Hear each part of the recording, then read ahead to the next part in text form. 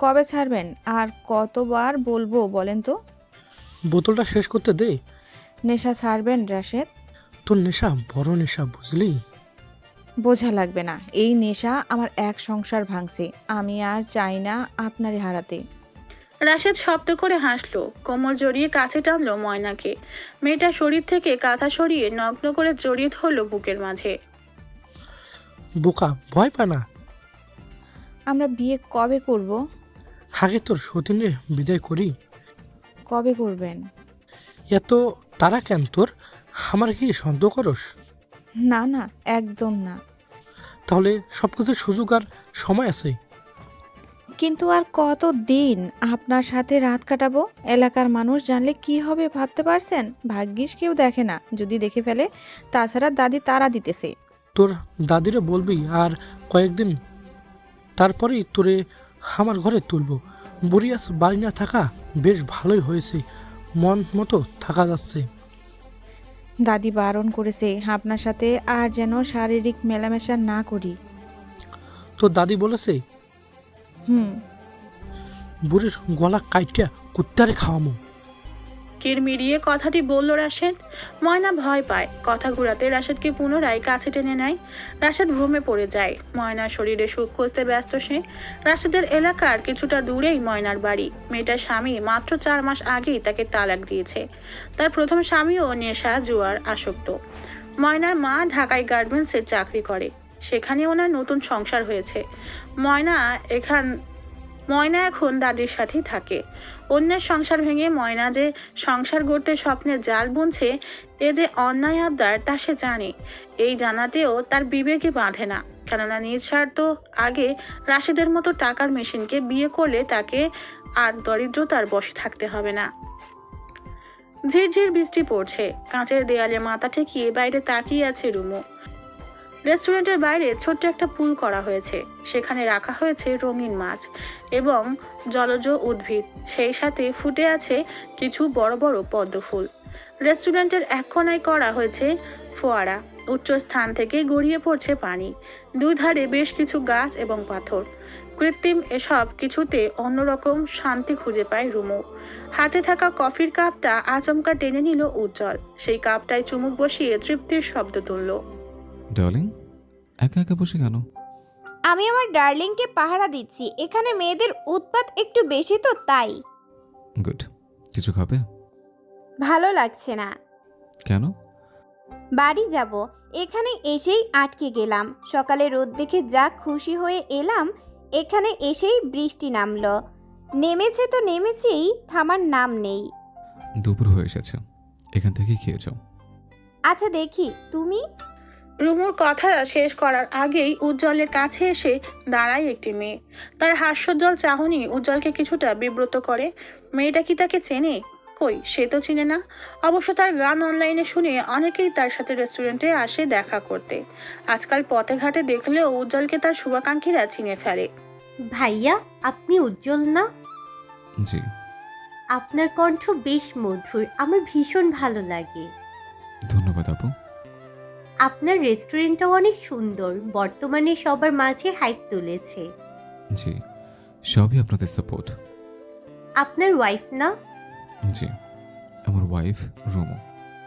মাশাল্লাহ, আপনাদের একসাথে দারুণ লাগে। ধন্যবাদ। মেয়েটা আরো কিছু কথা বলে নির্দিষ্ট সিটে গিয়ে বসলো। বৃষ্টি থেমেছে। রুমু দ্রুত বাড়ি যাওয়ার উদ্দেশ্যে বেরিয়ে পড়লো।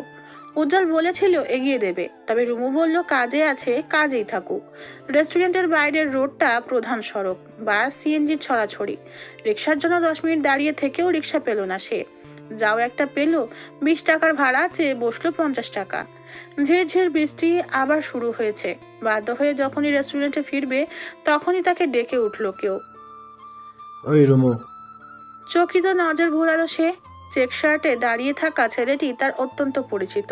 হাই স্কুলে তাদের বেশ ভালো বন্ধুত্ব ছিল, কিন্তু কলেজে উঠতে শুভ চলে যায় অন্য শহরে। আরে শুভ, তুই এখানে? তোদের বাড়িতে যাচ্ছিলাম, কত বছর হয়ে গেল তোকে দেখি না। এখানে কোথায় এসেছিস? এদিকে আমার কেউ আছে? কেউ নেই। এই তো পাশের শহরে মামার বাড়ি, কাউকে না জানিয়ে এদিকে চলে এলাম। ভালো করেছিস। তোকে দেখে ভীষণ খুশি হয়েছি। কোথাও যাচ্ছিস নাকি? হ্যাঁ, বাড়ি ফিরবো। আয় বাইকে বস, তোকে নামিয়ে দেব। না না, আমি রিকশায় যাব। আরে বস তো। শুভ চট করে ধরে ফেললো রুমুর হাত এবং টেনে এনে বাইকে বসাতে উন্মুখ হলো। শুভ কি তার কাজে সফল হলো? মোটেই না। তার আগে রুমুর হাত টেনে ছিনিয়ে আনলো উজ্জ্বল। হঠাৎ টান সামলাতে না পেরে রুমু ছিটকে পড়লো রাস্তার ধারে কাদা পানিতে। আকস্মিক ঘটনায় রুমু শুভ দুজনেই অপ্রস্তুত, বাক্যহারা। শুভ উজ্জ্বলের মুখ পানে তাকাতেই ভয় পেল। সে চেনে উজ্জ্বল ভাইকে। স্কুল লাইফে তাকে কতবার যে শাসিয়েছে, যেন রুমুর সাথে বন্ধুত্ব ছিন্ন করে। রুমুকে পাগলের মতো ভালোবাসে উজ্জ্বল, সে কথা শুভ জানতো। কিন্তু এত বছর পরে সেও যে উজ্জ্বলের থাবায় পড়বে কে জানতো।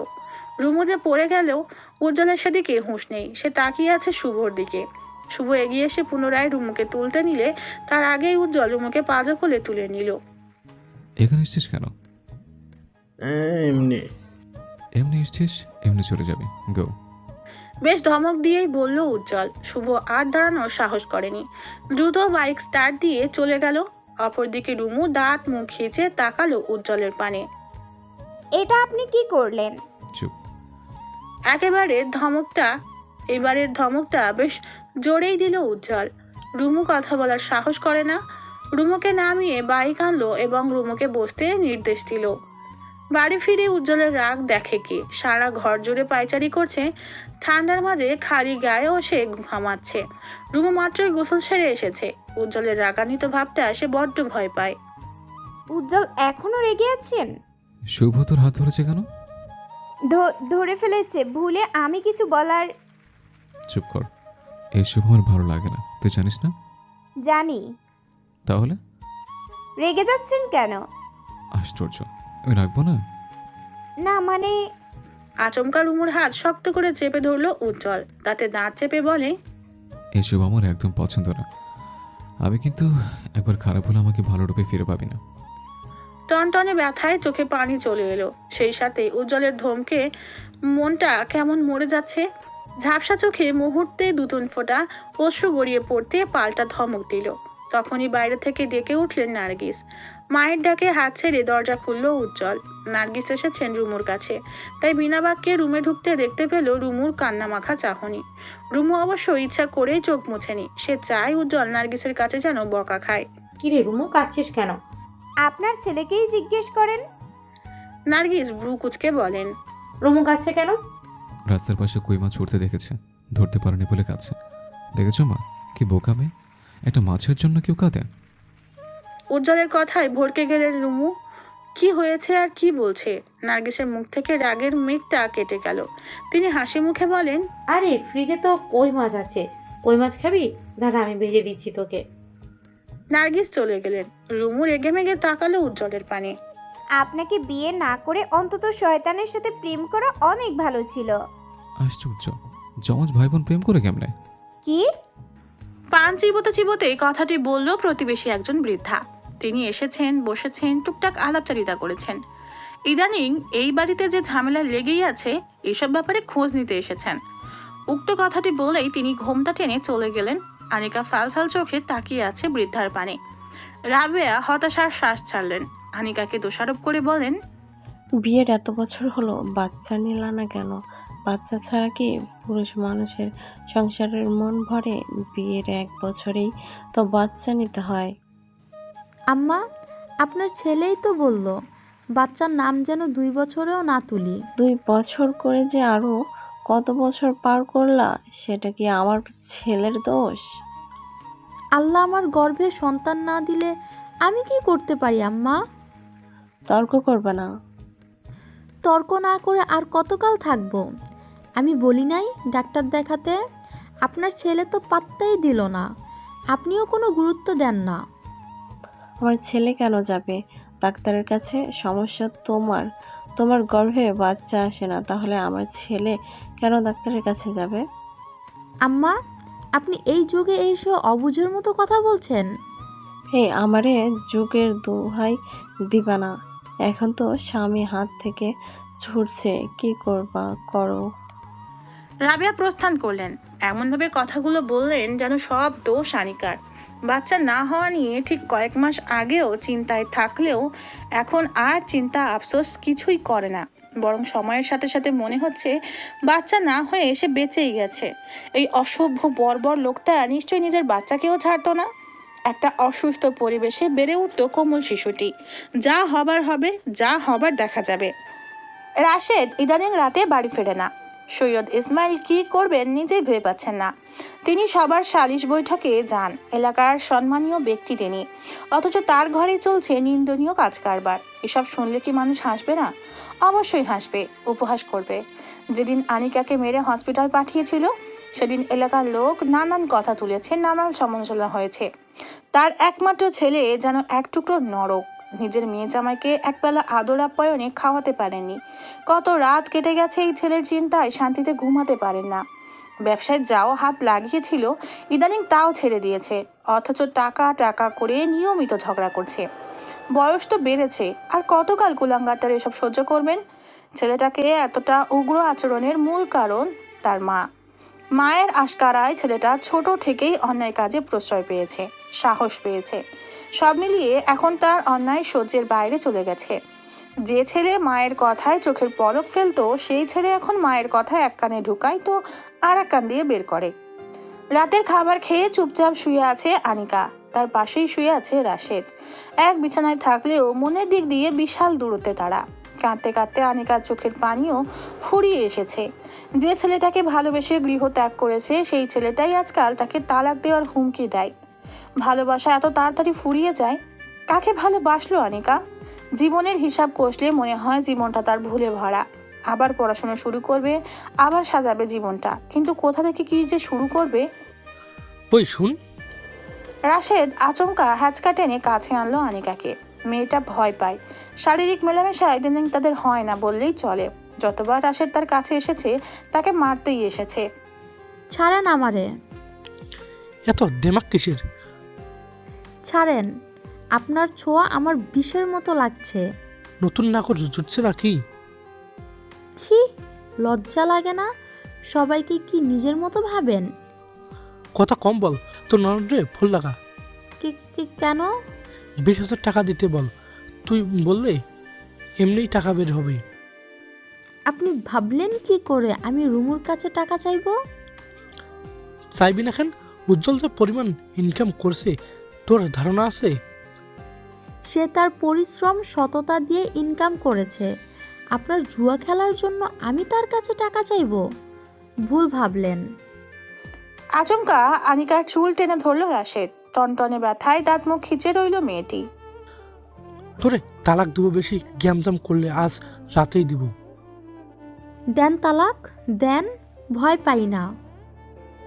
কি পাস না? ভয় পাই না। দৃঢ় কণ্ঠে বলল আনিকা। রাশেদ যেন আরো রেগে যায়। টেনে ধরে মেয়েটার চুল। যে স্বামীর হাতে ভালোবাসার ছোঁয়া ছিল, আজকাল সেই স্বামীর হাতে যন্ত্রণার ছোঁয়া। খাঙ্কি নাগর পেয়েছিস? নতুন নাগর পাইয়া তোর গলার আওয়াজ এত ধারালো হইল? চুল ছাড়েন, অনেক সহ্য করেছি, আর না। কি করবি তুই? পুলিশের কাছে যাব। রাশেদ হো হো শব্দে হেসে উঠল। তার এই কুৎসিত হাসিতে গায়ে কাঁটা তুলল আনিকার। মেয়েটা এবার ভয় পেল। এই ভয়ার্থ চাহনিটা ঠিকই ধরে ফেললো রাশেদ। পুলিশ তোর নতুন নাগর নাকি? শেষোক্ত কথাটি বলেই আনিকাকে বিছানা থেকে ছুঁড়ে ফেলে দিল নিচে। আনিকা উঠে বসার আগেই মাটির বড় ফুলদানিটা ছুঁড়ে ফেললো তার মাথায়। নিস্তব্ধতা কাটিয়ে ফুলদানির ভাঙার শব্দ চারিদিকে ছড়িয়ে পড়ল। চিনচিন ব্যথায় দ্রুত মাথায় হাত রাখলো আনিকা। রক্তে ভেসে যাচ্ছে কপাল। এই রক্তাক্ত শরীর দেখে রাশেদের মায়া হয় না, বরং একে একে গালি ছুটতে থাকে। আনিকাও আর সহ্য করতে পারে না। ছোট টেবিলে থাকা কাঁচের গ্লাস নিয়ে মাথায় বাড়ি মারলো রাশেদের। আনিকা এমন কাজ করতে পারবে স্বপ্নেও ভাবেনি রাশেদ। তার মাথা না ফাটলেও প্রচন্ড ব্যথা পেয়েছে। উজ্জ্বল আজ ভীষণ ব্যস্ত। তার রেস্টুরেন্টটা সম্পূর্ণ আবারও সাজানো হয়েছে। বাড়ি ঘর সব পরিষ্কার পরিচ্ছন্নের কাজ চলছে। তার বন্ধু দেশে আসবে। উজ্জ্বলের পাশাপাশি রুমুও ভীষণ আগ্রহের সহিত কাজ করছে। তার কাজের গতিক থেমে যায় আনিকার সহিত কথা বলে। রাশেদ যে দিনকে দিন তার অত্যাচার বাড়িয়ে দিচ্ছে, এসব আর মানা যাচ্ছে না। এর একটা সমাধান দরকার। সারা দিন কাজ শেষে ক্লান্ত দেহ টেনে বিছানায় শুলো উজ্জ্বল। রুমু এসে বসলো তার পাশেই। উজ্জ্বল, আপনার সাথে কথা আছে। বল। আনিকা ভাবির কিছু একটা করা উচিত। রাশেদ জানোয়ারটা তাকে গতকাল মেরেছে। কি করবি তুই? তুই নিজেই তো মার খাবি। আমি একা তো পারবো না, আপনিও আমার সাথে থাকবেন। আজকাল নাকি তালাক দিবে বলে হুমকি দেয়। তো দিচ্ছে না কেন? মেয়েটা অন্তত বেঁচে যায়। আমিও তাই চাই। সেসব পরে হবে। সারাদিন অনেক কাজ করেছিস, এখন রেস্ট কর। আপনার বন্ধুরা কখন আসবে? ঢাকা এসে তো পৌঁছে গেছে, কালকে এখানে আসবে। উজ্জ্বল হঠাৎ চুপসে গেল। কিছু বলবে করেও বলার সাহস পায় না। রুমু তার চোরা চাহনিটা ঠিকই ধরে ফেলে। উজ্জ্বল, আপনি কি কিছু বলবেন? ইয়ে মানে রুমু, তোর ভাই একটা মেয়ের সাথে শারীরিক সম্পর্ক করেছে, তাকে নাকি বিয়েও করবে। কে সেই মেয়ে? মেয়েটার নাম ময়না, ডিভোর্সে। তবে ওই মেয়ের কাছেই চলেন, মেয়েটাকে বুঝিয়ে বললে নিশ্চয়ই রাশেদের সঙ্গ ছাড়বে। লাভ নেই, মেয়েটা সব জানে। কি বেয়াদব মেয়ে রে বাবা, হাতে ধরে নিজের বিপদ ডাকছে। এসব মেয়েকে বলেও লাভ নেই। রুমু জেনে শুনে যখন এমন করেছে, নিশ্চয়ই আমাদের কথা শুনবে না। তা ঠিক। রুমু উঠে দাঁড়ালো, কিছু ভেবে ফিরে আসলো পুনরায়। ফল কাটা ছুরিটা নিয়ে বসলো উজ্জ্বলের পাশে। কি রে, ছুরি আনলি কেন? আনিকা ভাবির সংসার তছনছের পেছনের মূল কারণ বিয়ের এত বছরেও বাচ্চা না নেওয়া। এতে নাকি রাশেদ ভাই বিগড়ে গেছে, সংসারে মন হারিয়েছে। তোর ভাই কি বিয়ের আগে খুব ভালো ছিল? কথা শেষ করতে দিন। বল। পাশের বাসার চাচি এটাই বলল, আজ আমাকে পরামর্শ দিয়ে গেল এই বছরেই যেন বাচ্চা নিয়ে ফেলি, তা না হলে আপনিও সংসারে মন হারাবেন। রুমু আচমকায় উজ্জ্বলের গলায় ধারালো ছুরিটা চেপে ধরলো। উজ্জ্বল হাসবে নাকি কাঁদবে তার প্রতিক্রিয়া বোঝাতে ব্যর্থ। তুই দেখি আজকাল পাড়া প্রতিবেশীর কথা খুব শুনিস। আজ শেষবারের মতো দেখিয়ে যাচ্ছি, শুধু আমার ভালোবাসায় আঘাত দেন, গলা কেটে ফেলবো, mind it. Okay okay, same to you. Okay, আগে বাচ্চা বারণ কর, তারপর সিদ্ধান্ত নিচ্ছে। উর্মি আপা, বাচ্চা নাও না কেন? তো আমিও কি মুরব্বি না? তোমার একমাত্র ভাইয়ের একমাত্র বউ তোমার ভাবি। আমি কিন্তু মুরব্বিদের কাতারে পড়ি, বুঝলে? রুমুর কথায় গাল টেনে দিল উর্মি। বাবার বাড়িতে উর্মির আশা হয়েছে বেশ কয়েক মাস পর। উজ্জ্বলের রেস্টুরেন্ট ওপেনিং এর দিনও তার আশা হয়নি, কেননা তামিমের অফিসের কাজের জন্য বের হওয়ার সুযোগ পায়নি। এই বাড়িতে এসে যা বুঝলো, বর্তমান মধ্যমণি হলো রুমু। এই মেয়েটা সারা বাড়ি দাপিয়ে বেড়াচ্ছে, যে কাজটা আগে উর্মি করত। আসার পর আনিকার সাংসারিক অবস্থা শুনে উর্মি নিজেই বাক্যহারা। সাদা সিধা মেয়েটার কপালে এমন একটা জানোয়ার জুটল। এখন তো আমার কথাই শোনে না, আমাকে পাত্তা দেয় না। জানি না কি হবে, আব্বার সাথে এই ব্যাপারে কথা বলতে হবে। গরম গরম নকশি পিঠা ভেজে তুলল উর্মি। শিরাই ঢালার সাথে সাথে পিঠাগুলো কেমন রসে মাখো মাখো অবস্থা। রুমু তৃপ্তির সহিত তাকিয়ে রইল। নতুন অতিথির জন্য যে কত প্রকার পিঠার আয়োজন করা হয়েছে তা বলে বোঝানো যাবে না। রান্নার কাজ শেষ হয়েছে কিছুক্ষণ আগেই। দুপুর পেরিয়ে গেছে। রোদেরা পাতার ফাঁকে ঝিলিক দিয়ে রান্নাঘরের জানলা ছুঁয়েছে। রুমু এগিয়ে গেল নিজ কক্ষে। উজ্জ্বল এসেছে, আওয়াজ পাওয়া গেছে। উজ্জ্বল, আপনার বন্ধুরা কত দূর? আরে বলিস না, ওরা নাকি গুগলে দেখে আসতে গিয়ে রাস্তা হারিয়ে ফেলেছে। এখন ফোনে বলে দিয়েছে শর্টকাট চলে আসবে। উজ্জ্বল আপাদমস্তক তাকালো রুমুর পানে। মেয়েটা আজ শাড়ি পরেছে, হালকা সাজে দুর্দান্ত লাগছে মেয়েটাকে। গায়ের টি শার্টটা খুলতে খুলতে উজ্জ্বল বলে, শাড়িটা তো আমি দেইনি, কোথায় পেলে? উর্মি আপা এনেছে। আমাকে কেমন লাগছে? লাল মরিচের মতো লাগছে। কি, এটা কেমন কথা? সত্যি কথা, চিকনা চাকনা শরীরটা লাল ছাড়ে জড়িয়েছিস, তোকে আসলে লাল মরিচের মতো লাগছে। লাল মরিচের ঝাল নেবেন না উজ্জ্বল ভাই? উজ্জ্বল ভাই শব্দটা শুনে ধমকে উঠল। কে তোর ভাই? তাছাড়া এই মরিচে ঝাল নেই, মিষ্টি মিষ্টি। রুমু ঠোঁট বাঁকালো, এগিয়ে এসে কামড় বসালো উজ্জ্বলের বুকে। সে বুঝিয়ে দিতে চাইলো তার ঝাল, কিন্তু উজ্জ্বল কি কম যায়? রুমুকে সরিয়ে দেওয়ার পরিবর্তে আরো কাছে টেনে নেয় এবং কামড়ে দেয় রুমুর ঘাড়ে। উজ্জ্বলের আক্রমণে রুমু ভড়কে যায়। নিজেকে ছাড়াতে নিলেও ছাড়া পায় না। রুমু ব্যথায় দাঁত খিচে বলে, ওরে রক্তচোষা বাদর, ছাড় আমাকে। চুমু বউ, চুমুরা কি কামড়াকামড়ি করছে কেন? উজ্জ্বল ছাড়েন, শাড়ি এলোমেলো হচ্ছে। আমার সাজ। চুপ। কার জন্য সাজলে? আমার জন্য না? আমি এলোমেলো করেছি, কেউ তো করনি। আঁচল আটকে থাকার জন্য কাঁধে লাগানো সেফটি পিনটা উজ্জ্বল খুলে দিল। মুহূর্তে ঝরঝরিয়ে জর্জের শাড়িটা মেঝেতে পতিত হলো। রুমু উজ্জ্বলকে ছেড়ে নিজেকে আড়াল করতে চাইলো, কিন্তু তা কি আর হয়? প্রেমময় প্রহরটা যে উজ্জ্বল কিছুতেই হাতছাড়া করবে না। যখনই রুমুর দুই ঠোঁট নিজের আয়ত্তে আনলো, তখনই বাড়ির উঠোনে বেঁচে উঠল গাড়ির হর্ন। উজ্জ্বল অতি সত্বর দূরে সরলো এবং রুমুর হাতে পুড়ে দিল আঁচলের অংশটুকু। রুমুর ঠোঁট চিপে হেসে বলে, আমি জানতাম এমনটাই হবে। আমিও জানতাম যখন একটু মুডে আসে তখনই। যাই হোক, শাড়ি ঠিক করে আয়। বেশ কয়েক বছর পর ইতালির কুয়োর ব্যাংকটা এবার দেশে ফিরেছে। সময় সুযোগ কোনোটাই এই ব্যস্ত জীবনে হয়ে উঠছে না।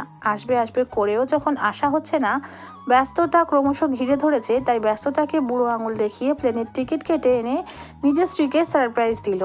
এই তো এবার যাচ্ছে তারা বাংলাদেশ। আরশাদের স্ত্রী খুশবু এমন সুসংবাদ দেবে খুশির তালে মূর্ছা যায় যায় অবস্থা। কত বছর পর ফিরেছে নিজ দেশে। আরশাদের পুরো নাম আরশাদ ইহসান। তার জন্ম থাকাও সবটাই ইতালিতে। ইতালির বাতাসে বেড়ে ওঠা ছেলেটা নিশ্চয়ই বিয়ে করবে ইতালির স্থানীয় কোনো মেয়েকে, কিন্তু না, এই ছেলে ভালোবেসে ফেললো অতি সাধারণ বাঙালি এক মেয়েকে। এই মেয়েকে পাওয়া কি এতই সহজ ছিল? আরশাদ ইহসান নাকের দড়ি দিয়ে ঘুরেছে, পথ হারিয়েছে, ভ্রমে পড়েছে, সব পেরিয়ে খুঁজে পেল তার ফ্লোজিকে। এখন আবার হয়তো ভাবছেন ফ্লোজিকে, সেই খুশবুই হলো আরশাদের ফ্লোজি। আশেপাশে বৃহৎ গাছপালা এবং ফুল গাছে সুসজ্জিত মাঝ উঠোনে গাড়ি থামালো আরশাদ। লোহার ভারী গেটটা খোলাই ছিল, নিশ্চয়ই আরশাদের কথা ভেবেই পূর্বে খুলে রেখেছিল উজ্জ্বল। গাড়ি থেকে নেমেই মোলাকাত হলো উজ্জ্বলের সহিত। সামনাসামনি দুই বন্ধু একে অপরকে পেয়ে খুব বেশি আবেগপ্রবণ হয়ে উঠেছে। সৈয়দ শামসুল এবং নার্গিসকে সালাম জানালো আরশাদ, এবং খুশবু বাড়ির উঠোনে বিদেশি লোকটাকে দেখে সবার মাঝেই চলছে নানা আগ্রহ। রুমু দ্রুত শাড়ি গুছিয়ে সবার মাঝে উপস্থিত হলো। আরশাদ কয়েক পল তাকে দেখে ব্রুকুচকে অপরিপক্ক বাংলায় বলে, এই বাচ্চা মেয়েটা তোমার বউ? শারীরিক গড়নে রুমুকে সবার মাঝে ছোটই মনে হয়। তার মাঝে যখন শাড়ি পরে উপস্থিত হলো, তখন বাচ্চা বাচ্চা ভাবটা কেটে গেলেও আরশাদের কাছে রুমুকে সেই ছোটই মনে হলো। রুমু আগ্রহ ভরা চোখে পরখ করলো আরশাদকে। ধবধবে ফর্সা চামড়া, চোখ জোড়া বাদামি মনির অধিকারী। এই মানুষটাকে নিয়ে তার কৌতূহল ক্রমশ বাড়ছে। এতকাল যাবৎ টিভিতেই দেখেছিল এমন বিদেশি নায়কদের, আজ যেন চোখের সামনে একটা নায়ক দাঁড়িয়ে আছে। সব পছন্দ হলেও আরশাদের কথা মোটেও পছন্দ হলো না রুমুর। এ কেমন বাংলা বলা, ঘেটে ঘ করে দিচ্ছে মধুর বাংলাটাকে। আমি বাচ্চা নই, বেশ জোর নিয়ে বলল রুমু। তার প্রতিক্রিয়া দেখে হেসে ফেললো আরশাদ, সেই সাথে হাসলো বাকিরা। এত ঘন্টার জার্নি শেষে আরশাদ এবং খুশবুকে পাঠানো হয়েছে আলাদা একটি কক্ষে, সুসজ্জিত কক্ষে। প্রবেশ করতেই বিছানায় গা এলিয়ে দিল খুশবু। আরশাদ, কতদিন পর নিজ শহর ছেড়ে অন্য শহরে এলাম। অন্য কোথাও যাওয়ার নাম নিলে আমার ভয় করে, তবুও যে সাহস করেছি এটাই অনেক। কেন ভয় করে আরশাদ? ভুলে গেলে? মনে পড়ছে না? গ্রামে আসো বলে আমাদের সেই বাস অ্যাক্সিডেন্ট কথা মনে নেই? অল্পের জন্য তোমাকে হারাতাম। খুশবু চুপসে যায়, চুপচাপ তাকিয়ে রয় আরশাদের পানে। এই বিভৎস স্মৃতি সে ভুলে যেতে চায়। আমরা এখানে কয়দিন থাকবো আরশাদ? যদি না ব্যস্ত জীবনে তারা আসে। আমার গোসল করা উচিত, শরীরটা ম্যাচ করছে। ঠিক আছে, যাও। জামা হাতে তুলে ওয়াশরুমে পা বাড়ালো খুশবু। দুপুরের খাবার খেতে বসলো সন্ধ্যার আগ মুহূর্তে। সবাই মিলে জড়সড় হয়ে আরশাদ এবং খুশবুকে আপ্যায়নে ব্যস্ত। উজ্জ্বল মুরগির লেগ পিসটা আরশাদের প্লেটে দিতে আরশাদ তা তুলে দিল খুশবুর প্লেটে। উজ্জ্বলের প্রশ্নবিদ্ধ চাহনির উত্তরে সাজিয়ে বলে, ফুলজি, এটা পছন্দ? ভাবেরটা তো আছে। আচ্ছা দাঁড়া, মাছের ডিমের ভোনা দিচ্ছে, ওটা ট্রাই কর। ফুলজিকে দেওয়ার মাছের ডিম ভীষণ পছন্দ। আরশাদের একের পর এক কাণ্ডে সবার মাঝে খুশবু বেশ বিব্রত বোধ করছে। এ আর নতুন কি, আরশাদের এসব অভ্যাস আজকালের নয়, সেই শুরু থেকেই। রুমু আর চোখে তাকালো উজ্জ্বলের পানে, সে যেন কিছু ইঙ্গিত করছে। যখনই উজ্জ্বল সরে দাঁড়ালো, তখনই গাল ফুলিয়ে রুমু বলে, কই এমনভাবে কখনো আমার প্লেটে মোরগের রান, মাছের ডিম তুলে দিয়েছো? তুলে দিব কেন? বাজি থেকে সরাসরি তোর প্লেটেই পড়ে, তাহলে তুলে দিব কেন? অন্যকে দেখে অনুকরণ করা বন্ধ কর। উহ, এত এত খাবার খেয়ে আরশাদের পেটটা যেন এক্ষুনি ফেটে যাবে। সবাই তাকে এতই ঠেসে ঠুসে খাইয়ে ছেড়েছে, এতদিনের ডায়েট চোখের পলকে জলে ভেসে গেল। আরশাদ বসার ঘরে সবার সহিত আড্ডা দিচ্ছিল। তখন খুশবু চুপসে আছে, সহজে কারোর সাথে মিশতে পারে না সে। কে কি বলছে করছে, আপাতত এসব পরখ করাই তার একমাত্র কাজ। আড্ডা শেষে বিশ্রামের জন্য আরশাদ নিজ কক্ষে ফিরল। ইতোমধ্যে খুশবুর সাথে রুমুর বেশ ভাব হয়েছে। দুজনে বেশ অনেকক্ষণ গল্প স্বল্প করলো। তাদের কথার মাঝে আরশাদ উপস্থিত হলো রুমুকে আবদার সুরে তার অপরিপক্ক বাংলায় বলে, আমাকে তাল খাওয়াবে? ওকে। টাল? সেটা আবার কি? আরে টাল, টাল মানে? টাল বুঝো না? টাল টাল। রুমু ঢোক গিলল। এই ইতালিয়ান বাদরটার বাংলা সে একটুও বুঝে না। এসব কি বলে, দূর ছাই। টাল মানে কি ভাইয়া? আপনি কি মদ চাইছেন? মানে মদ খেয়ে টাল মাটাল হতে চাইছেন? উফ, সো সিল গাল। খুশবু পাশে বসে হাসছিল। সে আরশাদের কথা বুঝতে পেরেও কিছু বলল না। রুমুকে একটু গোল খাওয়ানো যাক। শিলি টিলি বাদ দেন, এবার বলুন টাল কি? আরশাদ উঠে দাঁড়ালো। এখানে কেউ তার বাংলা খুব বেশি বোঝে না। তার বাংলা বলাটা এত বিশ্রী কেন? চাইলেও সংশোধন হচ্ছে না। রুমু ব্রু কুচকে বলে, তোমার বর কি বলল? তাহলে কথা বলেছে, তোমার গেটের বাইরে যে তাল গাছটা আছে ওটা দেখি সে আমাকে বলেছিল এবার এসেছে যখন তাল খাবেই। রুমুর মাথায় হাত পড়ল। কি অদ্ভুত, তালকে কেউ টাল বলে? ঘুমের ঘোরে স্বপ্নরা কেমন বাস্তব বাস্তব অনুভূত হয়। মনে হয় যেন অন্য জগতে ছিটকে পড়েছি। সুখের স্বপ্ন সুখানুভূতি, তেমনি দুঃখের স্বপ্নে চোখ ভিজে একাকার।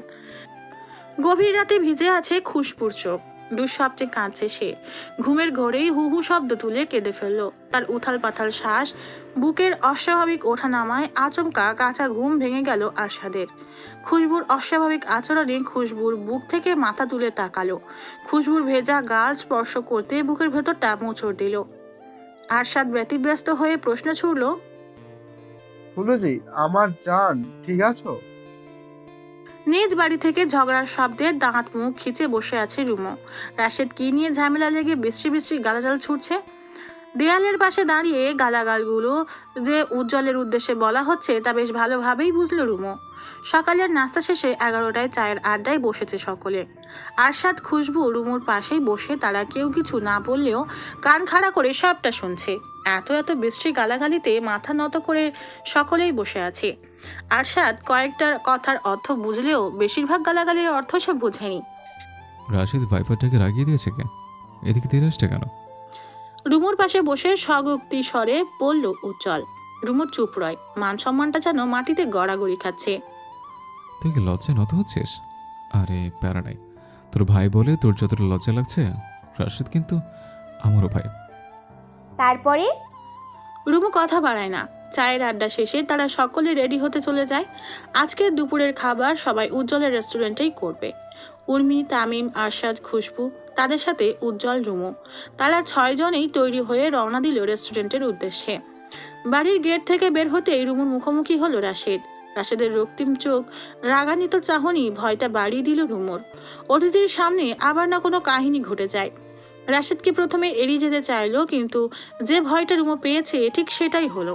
রাশেদ আজ হয়তো অগ্রিম প্রস্তুত ছিল, আছে ঝামেলা করবেই। আড়ালে আয়, কথা আছে। ভাইয়া, আমার কোনো কথা নাই, পথ ছাড়ো। রুমু, তেজ দেখাবি না, খবরদার। তেজ দেখাচ্ছি না। রাশেদ পুনরায় ধমক দিল। উজ্জ্বল চুপচাপ দাঁড়িয়ে থাকলেও এবার আর চুপ থাকতে পারল না। রুমুকে সরিয়ে এগিয়ে গেল সে। কি সমস্যা তোর? ঝামেলা করতে চাইছিস? ঝামেলা তো তুই করিস। আমার বোনকে বিয়ে করে ঝামেলা কে বাড়ালো? যাকে বিয়ে করলাম তার মাথা ব্যথা নেই, যার মেয়েকে বিয়ে করলাম তারও মাথা ব্যথা নেই। তুই কোন খাদের মূলা? কথাবার্তা সাবধান বল, নষ্ট কোথাকার তোর। রাশেদ কথা শেষ করার আগেই তার বুকে ধাক্কা দিয়ে সরিয়ে দিল রুমু। ঘটনাটা এতটাই তাড়াতাড়ি ঘটলো, পাশে দাঁড়িয়ে থাকা উর্মি, তামিম সহ অন্যরা বেশ অবাক চোখে তাকিয়ে। খবরদার আমার স্বামীকে নিয়ে বাজে কথা বলবে না। তোমার সাথে কথা বলতেও আমার ঘৃণা হয়। চোখের সামনে থেকে সরো। তোর সাহস দেখে বেরোচ্ছে